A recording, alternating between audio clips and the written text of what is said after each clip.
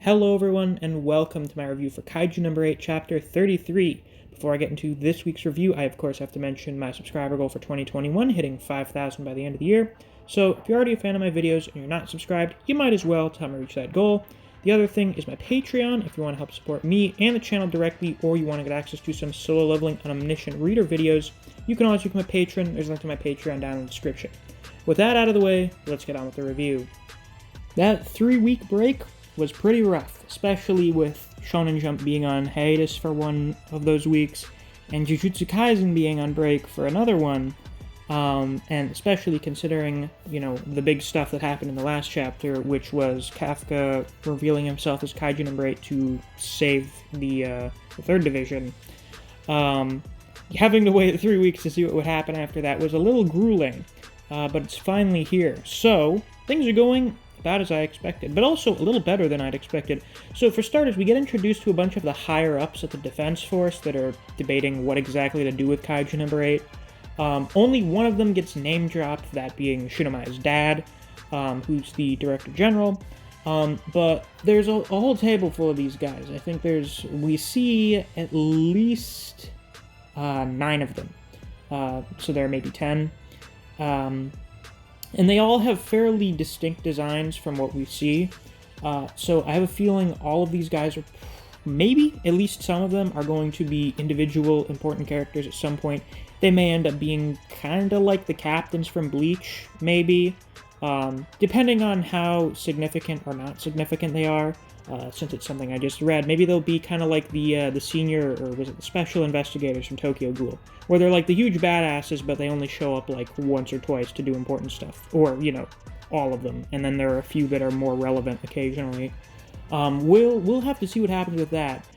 Since the Director General and his guys are taking possession of Kafka, we'll probably be seeing more of him in this upcoming arc. And we'll have to see what happens with these other guys that are higher-ups at the Defense Force. But Kafka is pretty much, locked up like we expected. He's under heavy lock and key. You've basically got the whole 3rd Division keeping him under watch at gunpoint. And even Mina shows up, and she's pretty much the person managing his transfer to HQ. And Kafka's, of course, thinking about how, oh, shit, the entire 3rd Division probably hates me now because they think I'm a kaiju, and, kaiju are the monsters that they exist to fight. But also, probably, Ichikawa is really pissed at me because he went through a lot of shit to keep my secret safe. And now that I've revealed myself, that was kind of all for nothing. And yet, despite the fact that, his secret was revealed, Ichikawa is still sticking up for him. He says he has faith that he'll be back, and we find out that when he's being transferred, Mina tells him that the entire 3rd Division backs him up, and that they support him. So that's going even better than I had expected. I thought there would be a lot more conflict with the 3rd Division now.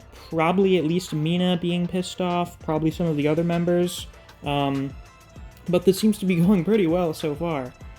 So that's good. And Mina is still giving Kafka a chance to, fight by her side. So she says that when she saw him turn into a kaiju, she was shocked, but she also thought, oh yeah, yep, that is something Kafka would do. And, she's completely open to him coming back and fighting alongside her. So that's great. He's still got a future with her. So that's good. And the end of the chapter is him in the Koto Ward, the Defense Force Ariake Maritime Base, and he's pretty much sealed in this giant room where he's strapped up to a chair. It looks like they've got some kind of viewing rooms that have shutters, and now we're on to episode 4, I guess. Or did we finish episode 4? I don't know, I have to check. But I think someone said this is the end of the 4th volume or something. So that's neat. So I assume that means we're at the start of a new arc. I have a feeling this is going to at least have to do a lot with Kafka getting interrogated, probably on how his physiology and transformation works. what exactly his motivations are, who he's siding with, if he knows anything about the other, shape-shifting kaiju. I don't know if we'll get any experimentation on him. If we do, it's probably not going to be anything super gruesome, or anything too major, because I've never really gotten that vibe from Kaiju number 8. It's not like a really dark series. It's not really even that dark at all. It's kind of violent, but pretty much all of the violence is against monsters that probably have glowing green insides.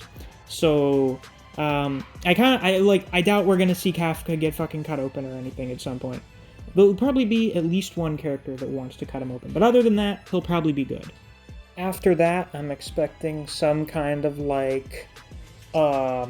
observed special mission where they send him out there with, a bomb collar or something. And you'll have a couple other badasses there to watch over him, presuming that they don't send him back to the 3rd Division immediately, in which case we're gonna have Hoshina with him, all the time now. Which, listen, I'm not gonna complain about that. I think I saw some people in previous comments talking about, Hoshina and Kafka basically being like Levi and Eren after they found out Eren was a Titan Shifter, which I think is a pretty decent comparison. Yeah, there'll probably be some kind of Suicide Squad-y thing going on. Alternatively, we could find out more about other humanoid kaiju, other people that are able to transform. We didn't find out what happened to Kaiju number 10, who, still hasn't been named yet. But I'm pretty sure we never found out what happened to him. So I wonder if he got away, if he was taken into custody, if he was just killed. Who knows? But yeah, I'm looking forward to this new arc. It's always exciting when stuff like this happens in, the series where the character has some power that could ruin his life if it's discovered, and then it gets discovered. Usually finding out how things don't get awful from there is one of the more interesting parts of the series. So I'm looking forward to that, and I hope you are too. So if you enjoyed this review, please be sure to like, comment, subscribe, and click that notification bell so you don't miss any of my uploads. I do Kaiju number 8 chapter reviews every week that we get a chapter, and we are getting a chapter next week, so that's great. If you enjoy other series such as Record of Ragnarok, Jujutsu Kaisen, Black Clover, and Kengan Omega, I do videos in those series as well, so if you're interested in those, you should definitely check out my channel.